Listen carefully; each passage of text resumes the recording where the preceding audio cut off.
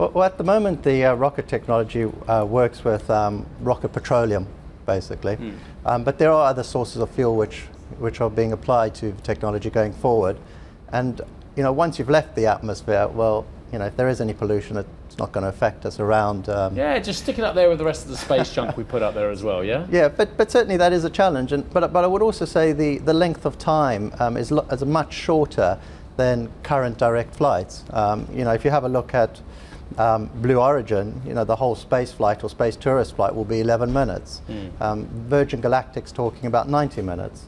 So if you can kind of transfer that to some form of point-to-point long-haul travel on Earth, I think it's manageable. But I also do think there's a lot of commitment from the aviation industry in terms of green fuels and addressing this issue. Okay.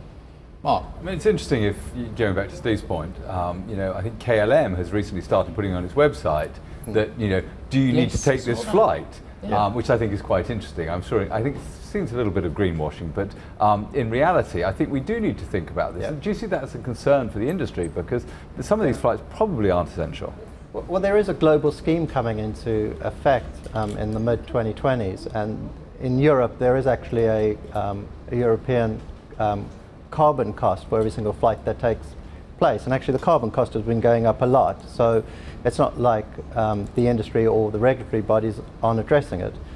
Most recently there's been a tax proposed in France around carbon emissions, and I think it's in the industry's interest to address it, because the largest cost is fuel. So being more green, being more efficient, will help their profitability, frankly.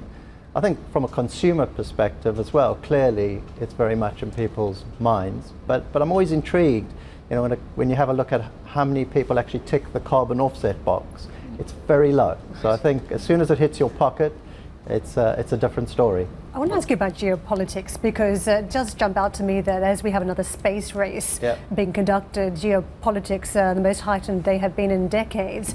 What difference will this make to where the companies are based, whether they're American companies seeking to conquer space, even if it's for tourism purposes? Does that have any ramifications?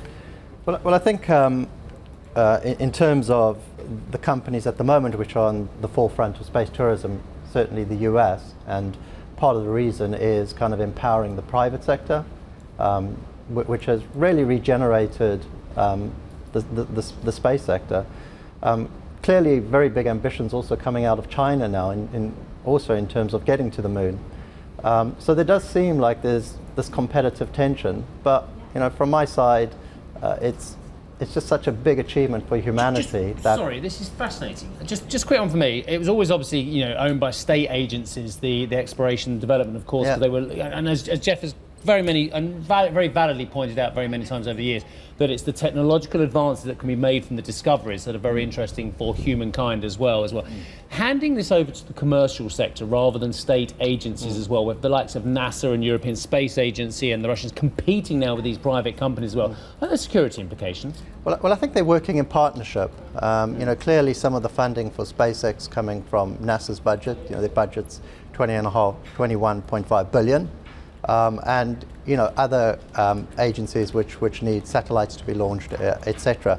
But the regulation is in place already. The FAA regulates commercial airspace, so every single flight that goes up for non-military, non-government purposes is being regulated by the same agency which regulates aviation.